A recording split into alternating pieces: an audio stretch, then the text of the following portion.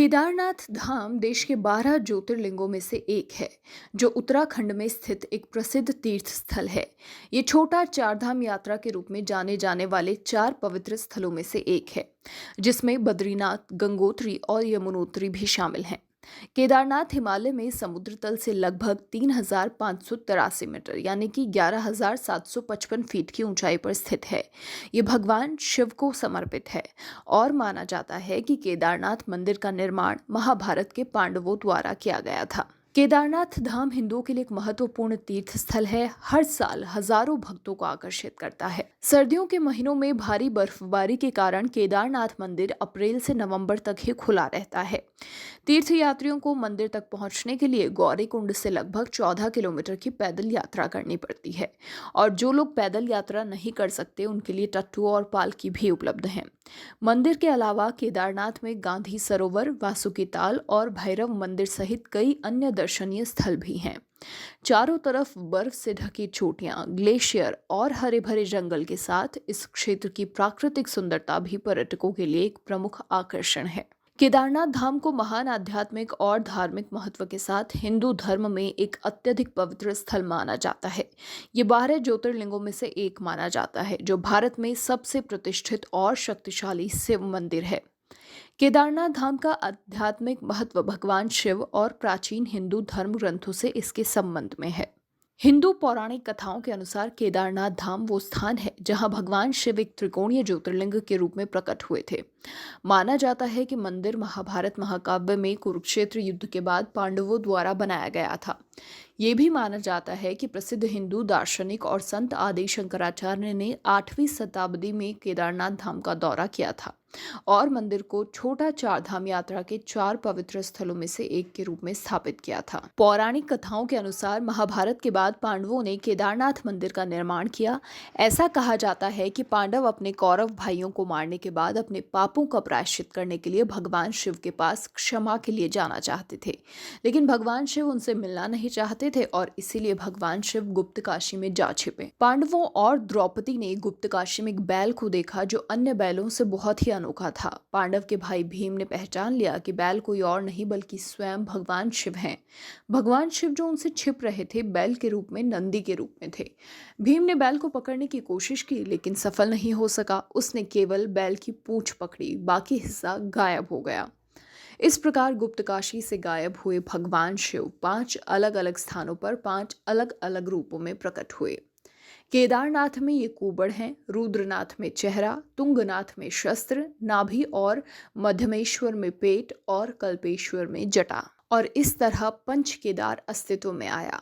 पंच केदार केदारनाथ मंदिर के इतिहास के बारे में पांडवों की कहानी का प्रमाण है। भगवान शिव उनके प्रयासों और कड़ी मेहनत से प्रभावित हुए, तब उन्होंने अंत में उन्हें उनके कामों के लिए क्षमा कर दिया। केदारनाथ में शिवलिंग की स्थापना से संबंधित एक अन्य कथा नर और नारायण प्रचलित है। विष्णु के 2 अवतार भरतखंड हैं। वहां बद्रिकाश्रम में पृथ्वी से बने एक शिवलिंग के सामने घोर तपस्या करने गए।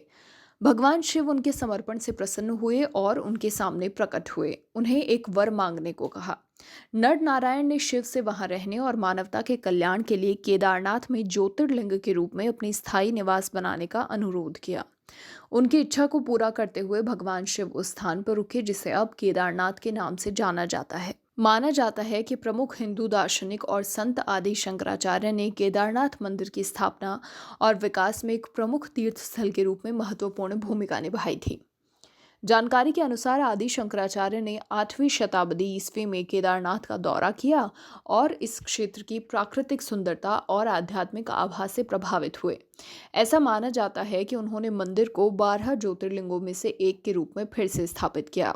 माना जाता है कि आदि शंकराचार्य ने बद्रीनाथ मंदिर सहित इस क्षेत्र में कई अन्य मंदिरों की स्थापना की, जो छोटा चारधाम यात्रा में एक और महत्वपूर्ण तीर्थ स्थल है। आदि शंकराचार्य की शिक्षाएं और दर्शन हिंदू धर्म के अद्वैत वेदांत स्कूल से निकटता से जुड़े हैं, जो सार्वभौमिक चेतना के साथ व्यक्तिगत आत्मा की एकता पर जोर देते हैं। केदारनाथ की उनकी यात्रा और मंदिर को एक प्रमुख तीर्थ स्थल के रूप में स्थापित करने के उनके प्रयासों को भगवान शिव के प्रति उनकी गहरी भक्ति और वेदांत के संदेश को फैलाने की उनकी प्रतिबद्धता की अभिव्यक्ति के रूप में देखा जाता है। हिंदू धर्म में भक्तों के लिए केदारनाथ धाम की यात्रा भगवान शिव से जुड़ने और उनका आशीर्वाद लेने का एक तरीका है। मंदिर की यात्रा को तपस्या का एक रूप माना जाता है और माना जाता है ये आत्मा को शुद्ध करता है। ये भी माना जाता है कि केदारनाथ धाम में प्रार्थना करने और अनुष्ठान करने से व्यक्ति को मोक्ष या जन्म और मृत्यु के चक्र से मुक्ति मिलती है। अपने आध्यात्मिक महत्व के अलावा केदारनाथ धाम को प्राकृतिक सुंदरता और शांति का स्थान भी माना जाता है। माना जाता है कि आसपास के बर्फ से ढके पहाड़, नदियां और जंगल मन और आत्मा पर शांत प्रभाव डालते हैं, जिससे ये ध्यान और आध्यात्मिक रिट्रीट के लिए एक आदर्श स्थान बन जाता है। आंतरिक शांति, एकांत और प्रकृति से जुड़ने के लिए बहुत से लोग केदारनाथ धाम जाते हैं। केदारनाथ धाम की यात्रा को एक चुनौतीपूर्ण लेकिन पुरस्कृत साहसिक कार्य माना जाता है और कई लोग ट्रैकिंग और साहसिक गतिविधियों के लिए भी जाते हैं। हिमालय की प्राकृतिक सुंदरता, नदियां और केदारनाथ धाम के आसपास के जंगल भी प्रमुख आकर्षण हैं। आसपास के कई ऐतिहासिक स्थलों और मंदिरों के साथ केदारनाथ क्षेत्र सांस्कृतिक विरासत में भी समृद्ध है। स्थानीय संस्कृति और इतिहास का पता लगाने और क्षेत्र के अनूठे रीति रिवाजों और परंपराओं को देखने के लिए बहुत से लोग केदारनाथ धाम जाते हैं।